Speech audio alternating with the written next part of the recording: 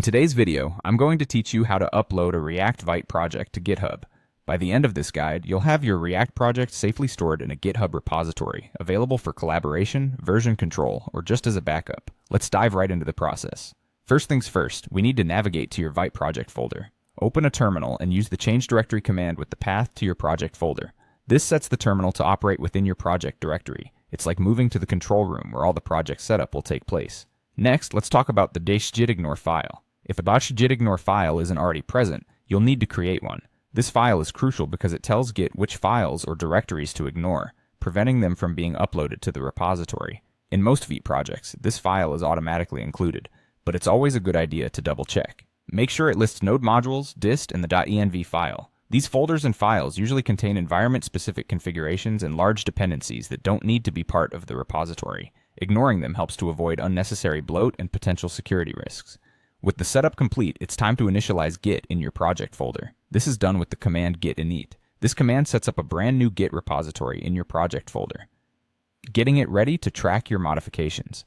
Once Git is initialized, add all of your project files to be tracked using git add. This command stages all the changes in your directory, making them ready to be committed. Now it's time to commit the changes. Commit your files with a meaningful message by typing git commit m initial React Vite project. This captures the state of your project at this point and logs it into the repository's history, which is especially useful for tracking changes over time. Before pushing to GitHub, switch to the main branch using git branch m-main. This renames your branch to main, keeping things consistent and up to date with modern practices. Now let's connect your local repository to a remote one on GitHub with git remote add origin followed by your repository's URL on GitHub. This command links your local project to the GitHub repository where you want to upload your project. Finally, push your changes to GitHub using git push origin main.